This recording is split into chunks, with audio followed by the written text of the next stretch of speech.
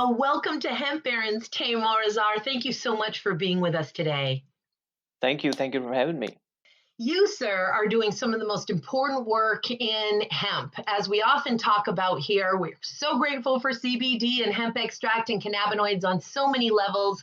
And yet, it is the trillion-dollar industries, it's the fiber and oil seed industries in hemp that are going to really help the planet, create jobs, stimulate the economy, and make a healthier world. So, thank you, the Hempville out of North Carolina, for grabbing this opportunity and this challenge by the horns. Let's start, if we could, Taimour, and you telling us how you came to hemp, and then I want to get right back into the very important and critical work with products and services that you're doing at the Hempville. But what brought you to hemp, brother? Sure. So my background is engineering and technology. That's what I've been doing throughout my career, coaching, consulting in automation and control system industries on the large scale manufacturing. Um, so my with my 401k, I had some of the cannabis stocks in Canadian market when they legalized in I think in 2018, around the same time when the Farm Bill revision of 2018 was coming out. So I just came across it, stumbled upon it just because I had some stocks and I would see the waves going up and down in the stock market based on industrial hemp, and I just started reading about it. The what is it and what are the uses and all that. And it was just amazing when I came across it that you can convert an agriculture crop into an industrial manufacturing raw material, and you can create sustainable products. And it just blew my mind that how simple it sounds, but it's possible. It's doable. It has been happening with some different agriculture crops, but now it's time for hemp. So I just started reading more about it, just getting into it, understanding more, and I met Gary and his farming cooperative that has been growing hemp in North Carolina for 3 years for some other companies in the past. And I met those guys, had a long conversation, have been in their co-op meeting, trying to understand what are the gaps. And then I figured out that the farmers want to grow it. They're pretty willing to grow the industrial, the row crop, but then there's no processing. And without that processing, you cannot take that to the next level or the next step that are required. So we start digging more into it, and this seems like it's kind of in my field, sort of speak, equipment and manufacturing and those things. So I just went on a hunt on finding decodicators, finding equipment that can process, that can separate the fiber from the herd. And most of them, as you're probably familiar with, are coming from overseas, a lot of companies overseas, and the cost started from $5 million and above. And I personally did not feel confident going out and raising that kind of capital without knowing what are we going to be doing with it, because I know the ROI is going to be long. Investors are going to be on my tail to produce and generate capital and revenue, which is difficult considering the market. So I looked at Hemp Train, some of the Canadians, and I came across Formation Ag. And our business model, our goal is to revitalize local farming and manufacturing industry. So I wanted to work with an American manufacturer because I understand the hassle of shipping equipment from overseas to United States. Your ratings are different, your standards are different, and there's just a lot more things that goes with it when you start flying people and parts from the other country. So to reduce the cost, I wanted to work with somebody in United States. So this is how I came across Formation Ag out of Colorado. Uh, and I work work with their looked at their equipment, work with their engineers, bought their prototype. So all of that 401k that I hadn't invested in the Canadian market, I took it out and invested into a decodicator. Um, my family, they own a slaughterhouse. One of my uncles, they own a slaughterhouse. They have been running for 25 years in North Carolina. The chicken processing site of that was dead for 10 years. So I asked my uncle if I can convert that chicken processing into hemp processing. Um, and he was like, sure, go ahead and do it. So so this is where we put our decodicator, worked with Gary, found the farmers, asked them if they can grow some test acreage for us. around 100 acres was our target. Commissioned that equipment, found some of the markets that where all the processed hemp is going to go to.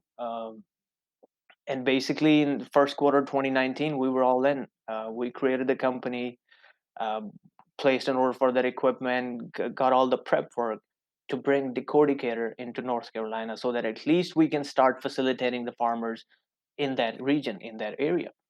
To process that long, strong stock. And I just want to sort of help frame some things for the listeners here, of course, is that we've been having, as you very well described here, to put one foot in front of the other in terms of infrastructure.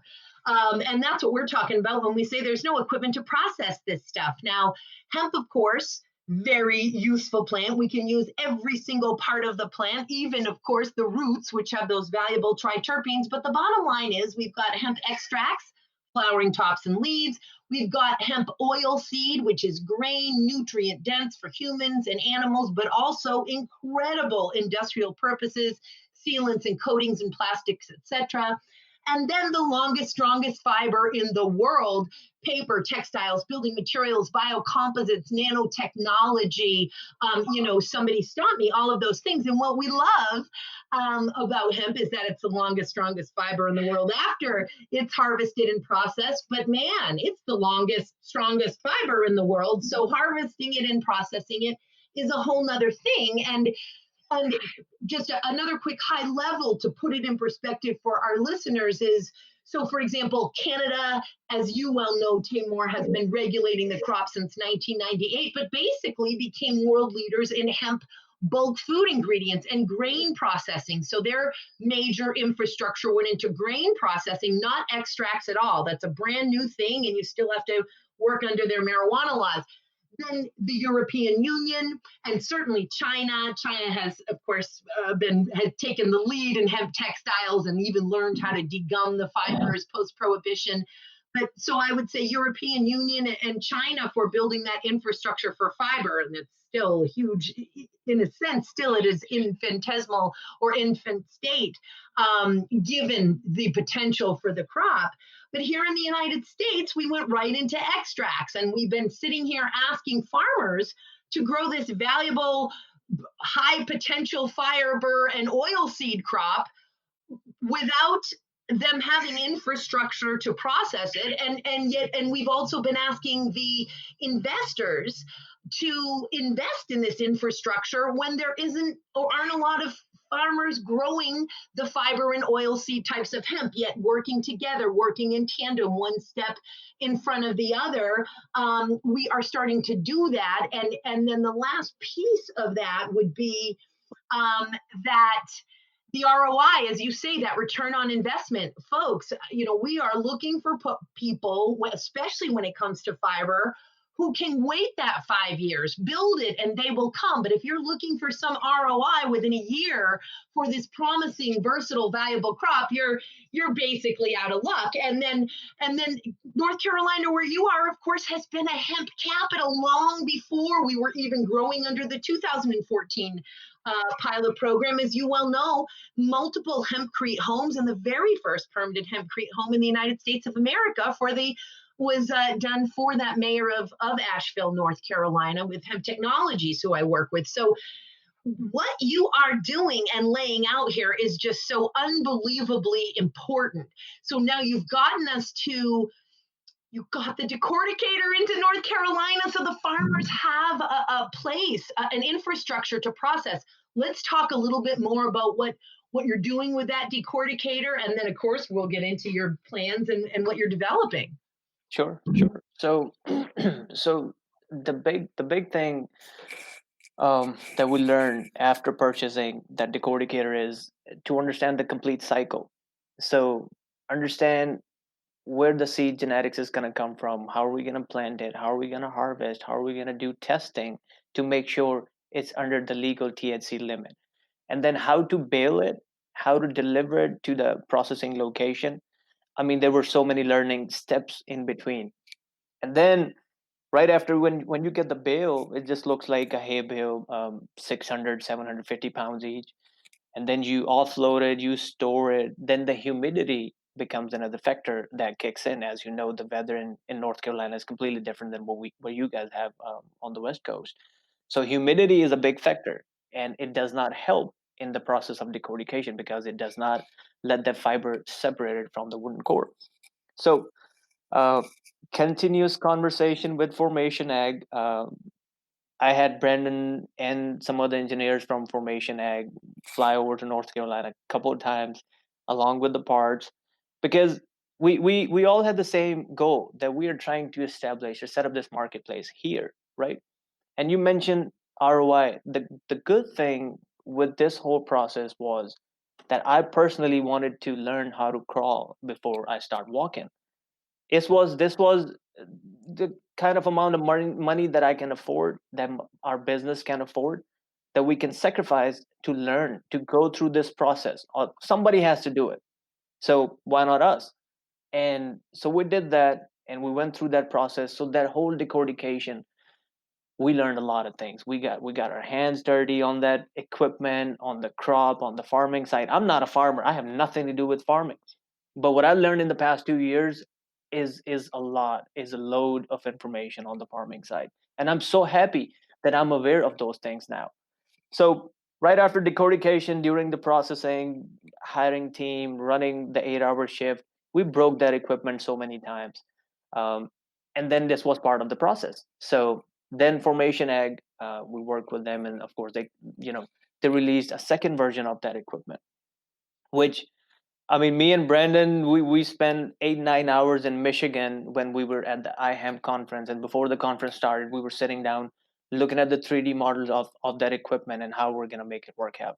So this is how we're making the progress, and now they're working on their newer equipment, which is Genesis. So this is a I thought, in my opinion, this is a right way to take a step getting into this market. Instead of investing millions of dollars into that business that is not established so far, invest as much as you can afford. If you're a farmer, you want to grow a couple of test plots, that's fine. You're not going to make any money off of it, but at least you will get your testing phase out. You'll get that itch out. You will learn a lot of things about it. So, and another big thing about our farming procedure, and Gary Sykes is he talks about it all the time, is the regenerative process, the agriculture practices that what we have to do.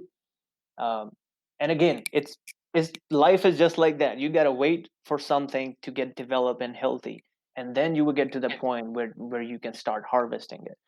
So We often say, hemp is an ancient crop. If you are wanting immediate gratification from an ancient crop that is not in a hurry, you're going to be sorely disappointed. right. Hemp tames us. We really don't tame hemp, and that goes basically for all forms of cannabis. And I love this lesson that you're saying here. You wanted to get your hands dirty. You wanted to crawl before you walk. You want to walk before you run. And hemp demands that. And it demands it because we're at a critical point, right, in human and planetary evolution, and we've got to get this right, which also dovetails into exactly what you're saying with Gary Sykes and the whole regenerative agricultural movement.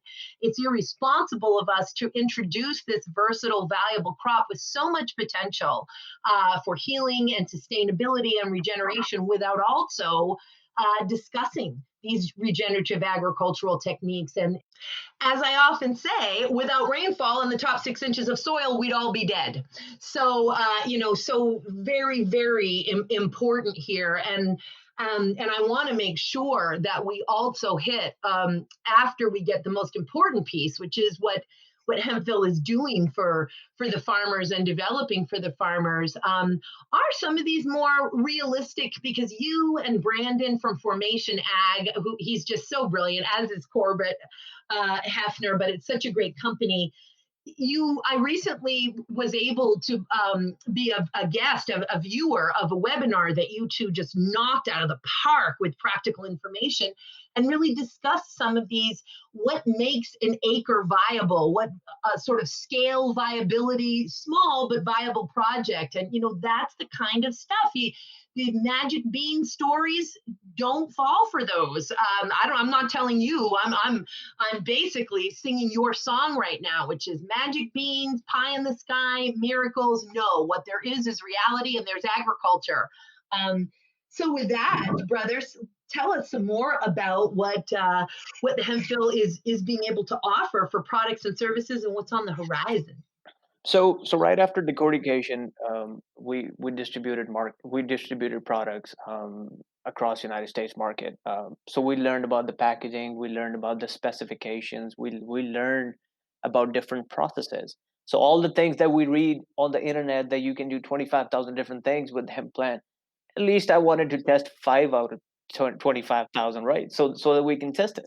So so we started distributing product. Some companies that we knew, organizations that we knew who were working on it, for example, USHBA. So we donated them some herd for their different projects. They wanted to build a dog house. Um, there's a nonprofit organization here in South Carolina that are building a self-sustainable structure. um, we donated some herd for them, and now they're coming back to actually create that structure, which is going to have solar panels on it, made out of hempcrete, so that again it's self-sustainable structure. A company out of Vermont had made a hemp guitar using our fiber. We had made paper products, handmade paper with a company out in Kentucky. So slowly with some, like I said, testing 5-10 of those products, I start going to my originalities, the engineering and technology side. So I start building relationship with universities and research centers, start supplying them hemp products, the fiber, the hurd, the microns, so that they can start playing with it, they can start producing products that what can we offer in the market with the commercialization in mind. So now we have a pretty good relationship with NC State, with the Department of Agriculture, where we're growing test plots. We're supplying some of the seed genetics to them as well. Where the idea is to make the farmers successful, we need to know what's going to grow best in what climate conditions and latitude and the soil conditions. So we're offering all of our services to the universities. We're working with Southern University, to set up hemp program in Louisiana. They're just getting online. So we're working as industrial partner and consultants with them. There are some other organizations that we're working as industrial partners, including universities and for-profit and nonprofit organizations, to get this whole thing started. So consultancy, industrial partnership, is what we provide services. We also consult group that wants to set up hemp farming and processing operation in their region. So we provide those services with the technicalities, with the farming, and also some on the sales and marketing side as well. Now, this is so important for folks who are, and for farmers and for businesses, entrepreneurs of every size, really, who want to get in on this opportunity, who recognize that the hemp extract bubble is bursting before our very eyes, just in terms, and again, thank goodness for cannabinoids. But as we know, in 2019, technically speaking, enough hemp extract varieties were grown in the state of Kentucky for every American to take 20 milligrams of hemp extract a day. So really, we're moving into fiber and oil seed, and from the field to the processor. So the genetics are so important. Obviously, you recognize that, and so folks can actually pick up the phone and hire Hempville, you and everyone at the Hempville, really, then to assist them with, frankly, that supply chain process. That is correct. So we work with groups who are in the process of their in acquiring funding, who are in the process of grant writing, who are in the process of setting up their business plan, and they just want to know how many seed per acre they want to put in the ground, and how much the yield is going to be, and how, and what's the market, and all of those things. Basically, that's where we come in as an extended arm to their group and their companies, to fill all of those gaps, to expedite things, um, and provide them that information that we have learned in the past 2 years.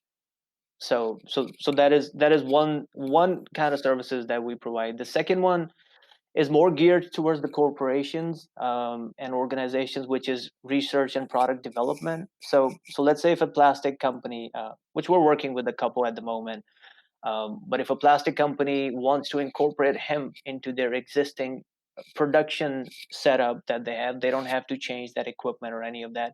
We would work with them and lay out a plan and conduct those testing with that organization, how to incorporate hemp and what are going to be the benefits of different recipes that if they incorporate it, what percentage is going to give them what attributes of it.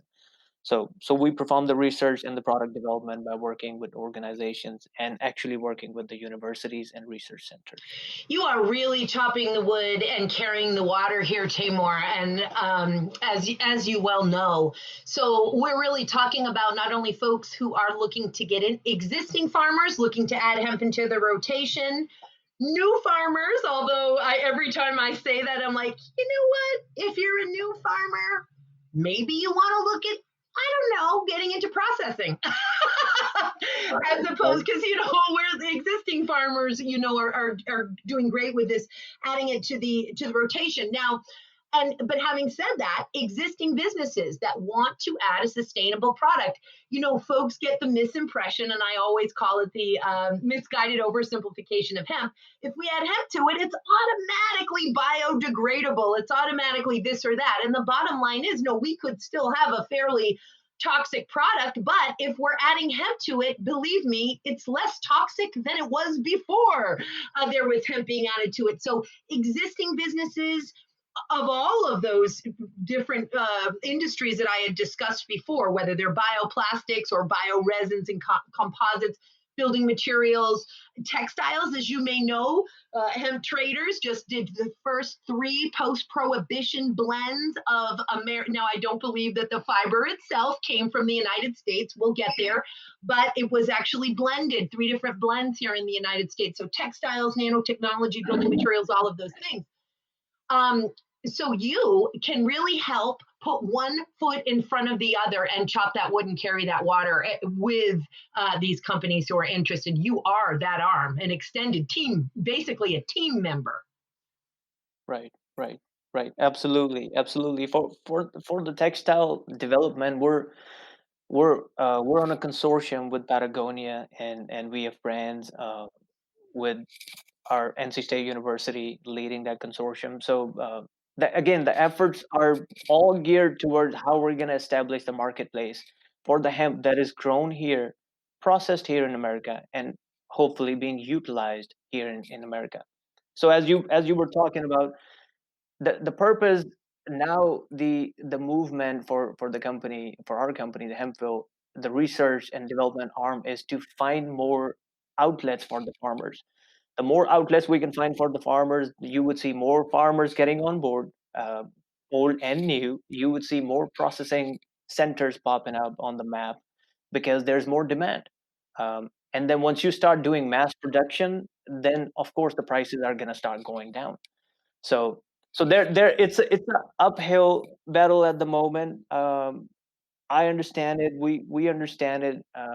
And this is why we got into this side of things, not the cannabinoids or the CBD per se, because I saw a gap that needs to be filled in this industry. So that's how we just jumped into it. Hopefully, we'll start producing revenue for ourselves and the other organizations that we're working with pretty soon.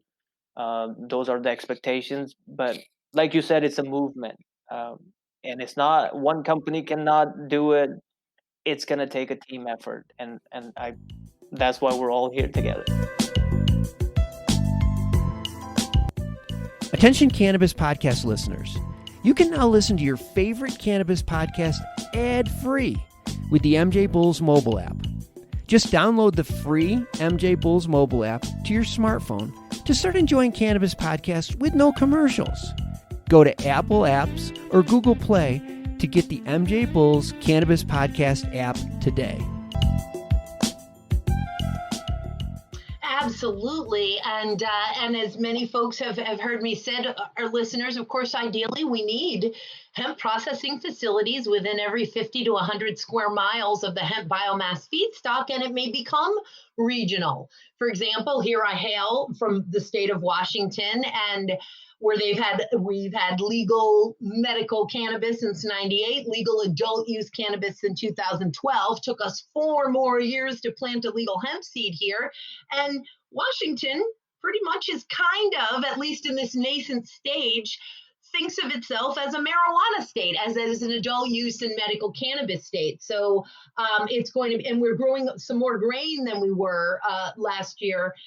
So we'll see some grain processing facilities pick up, but it may be that some states decide, or some regions, such as, let's say, the Emerald Triangle in Humboldt County in Northern California and Southern Oregon, may decide, you know what, we don't want any kind of fiber hemp competing with this other form of cannabis. And we may find that just certain states and certain areas are more grain versus fiber. And then within that, different parts of that processing. So it's going to be fascinating to see how it all pops up, but we can't do it without services and products, frankly, like the Hempville has to offer, because this is a big team effort here. And there are so many different aspects. When I see someone call themselves, for example, a hemp expert, like I've been in hemp for 30 years, I'm not a hemp expert.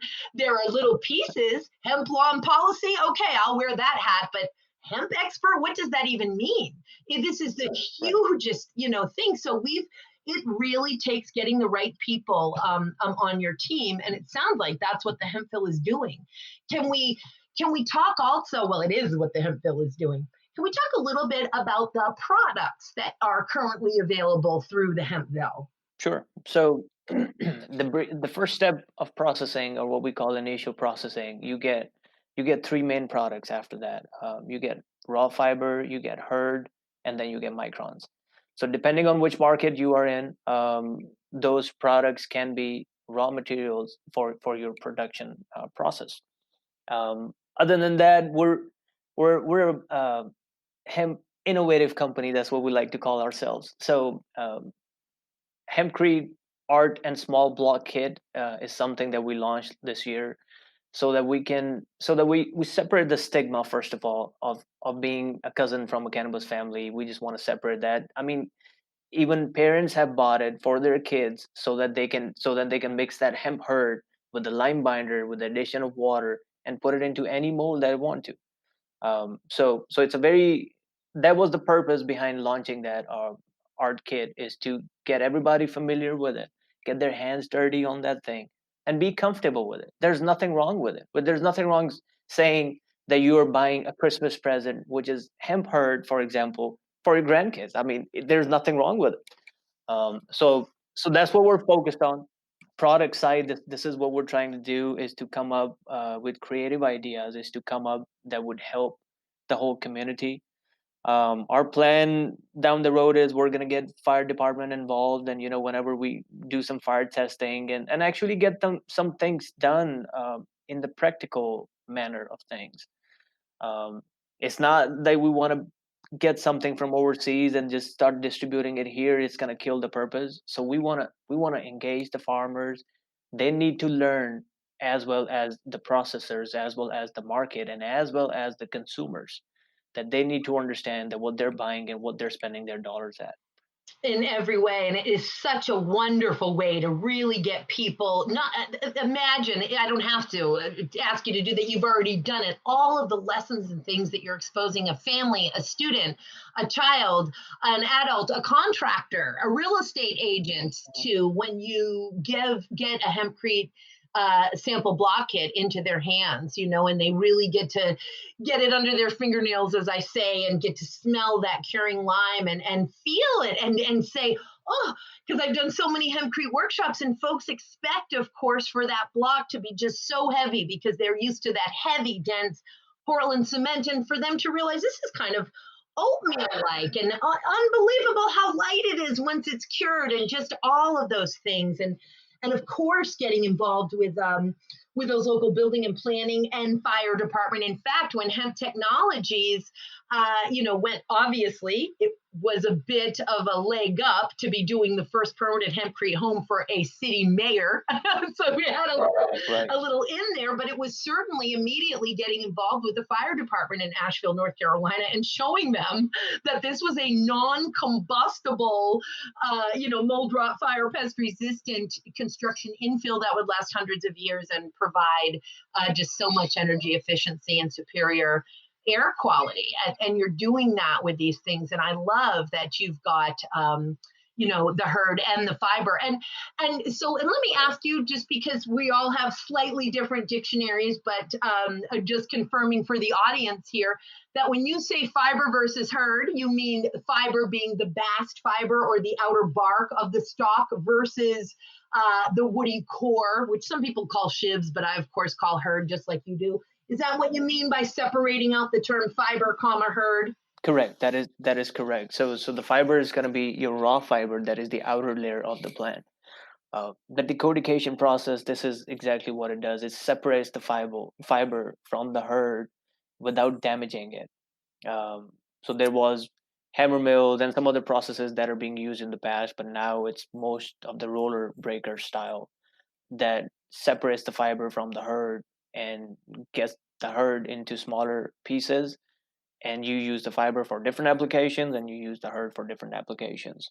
It's so wonderful to see how those lines sort of expand, such as at Jonagro, it just started out hurd, animal bedding, now it's non-woven mats for growing and insulation as well. And so we just get to, that's that initial process. The Hempville is coming in as the hero here in this part of the region and saying, listen, this is the first thing we want to be able to do. And then with these raw materials, we can feed all of these different industries. 100% correct. Yes, that is exactly how we entered this market, is to take care of that problem first. That was initial processing, and now is the next problem that is being presented to us, that is the product development and the research side of things. So you mentioned genetics, Joy. I want to talk a little bit about that. So how I am seeing is different genetics are going to get placed and grown in different parts of the country, depending on the market that is being driven from. So, for example, if you look at the bioplastic or the automotive industry, right, the most of the stuff that is going to get grown up there would be targeted towards that market. And the strains and the genetics that you would say, the testing would be focused on the attributes that is required by the bioplastic or the automotive companies, as compared to here in North Carolina, for example, which is a huge textile focused state. Here the genetics are going to be grown mostly that are focused on the heavy tensile strength and the stronger fiber per se. And then you go towards the California, I don't know, it might be the fire resistant powers of hempcrete that might drive that market. And we do have a customer, two of them, matter of fact, in California, that they're working with the county, their local counties, and developing the footprints of those small houses that are made out of hempcrete. So they're long lasting, and their target is to overcome the homeless situation in California. So that's what they're dealing with. I mean, there's so many cool projects that are happening, and I'm happy that our company is involved in a lot of them. Being a supplier, being a researcher, um, putting ourselves at risk. But I mean, again, this is how you learn. This is how you learn about things, is putting yourself out. But again, you just got to make sure you only gamble that much that you can afford, that nothing that is not going to disrupt you by any means.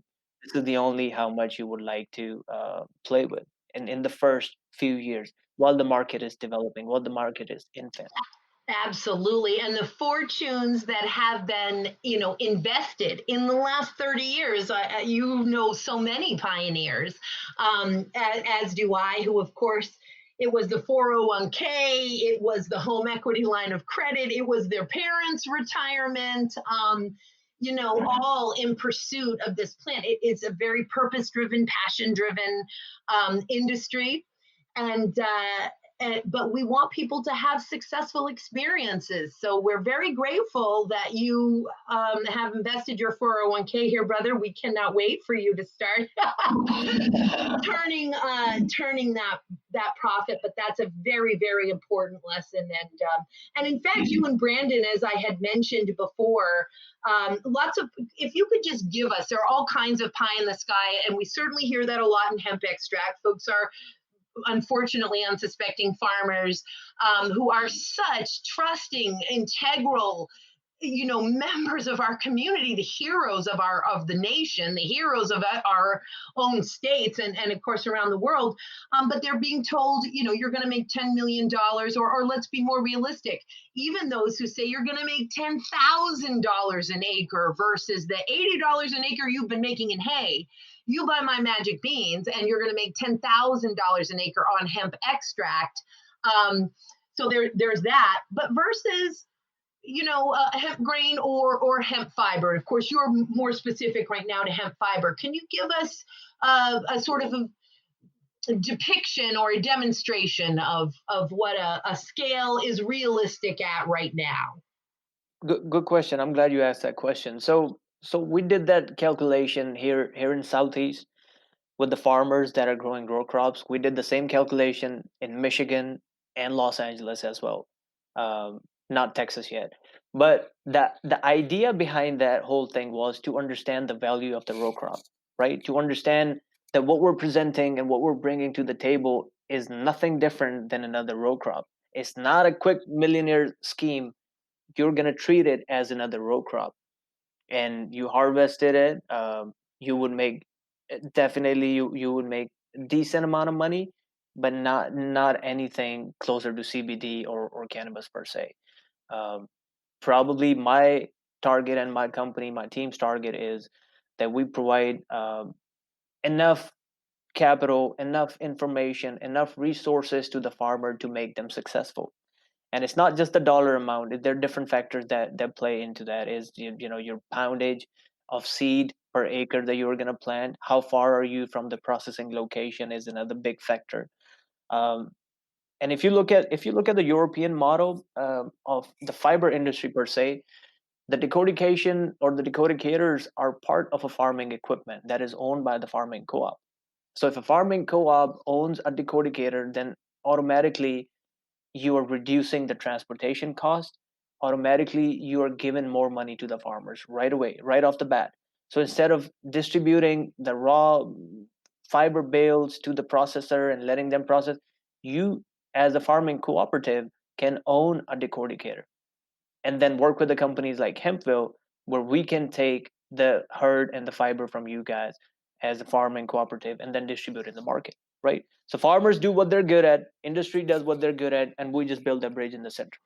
God, I love it. And hemp, of course, cannabis in all of its forms, and of course, hemp is breeding cooperation. It is breeding every kind of commercial permaculture that I can possibly think of in my mind. And that really is the answer. And I really believe, for as much as I love this plant, and it's been such a huge part of my life for these 3 decades now, that's part of hemp's mission, is to teach us that in every business sector, to teach us that in every agricultural sector, cooperation is really the answer for us, and to get out of this mindset of competition and more into this mindset of cooperation. And in fact, I always give him credit for it. Bob Hoban, one of my favorite hempsters, and I'm sure you know who he is, coined the term co-opetition. So hemp will get us there. Such important, incredible work that you're doing, Taimour, not just obviously in the Southeast region of the country, but your reach now beyond into multiple states with the work that you're doing. I cannot wait to watch things unfold, to have you back on again, and to make sure that I recommend to some of my own clients, of course, that they reach into the Hempville for the information that they really need to know as they walk and don't run responsibly into these many, many opportunities. Brother, before we go, is there anything that I didn't ask you or give you an opportunity to say that you want to make sure you deliver to the audience? No, I think we covered pretty well. It's just, let's just keep on pounding. It's gonna take some time. We have to understand that it's gonna take some time. Let's just not make it a competitive market from the get-go. And most of the people who know me personally as well, I love filtering some of the wrong information that is out there in the market. And so, as when it comes to the brokers and the distributors and dealers, and as you have seen in the CBD market, I mean, we don't want the fiber and the grain market to be like that market. So we all have to work together. We all have to be realistic with our approaches, um, and the products that we're looking at, and the farmers that we're going to be supporting. Because again, at the end of the day, us as a company, we just want to revitalize, give those farmers a new life with a new crop, with an alternative, and just have a sustainable cycle for hemp. And then where we can help our environment, we can regenerate the resources that we're using so that we just don't run out of them. I mean, we just gotta think of the generations that are gonna come after us. So if we go with that mindset, I don't think there's any problem. I don't think there's gonna be any trouble in hemp being successful as a sustainable material for us. I could not have said that better myself. Thank you 10 times over, Taimour, for everything that you do. Listeners, please go to mjbulls.com, Hemp Barons, and we'll get you all the links to get you to Taimour and the Hempville based out of North Carolina. Again, thank you, brother. Wishing you so many wind beneath your wings and can't wait to see how things continue to unfold. Thank you very much. Thank you for having me and providing us this platform so your listeners can hear us out too. Thank you, Joy. Such a pleasure, brother. Thank you back.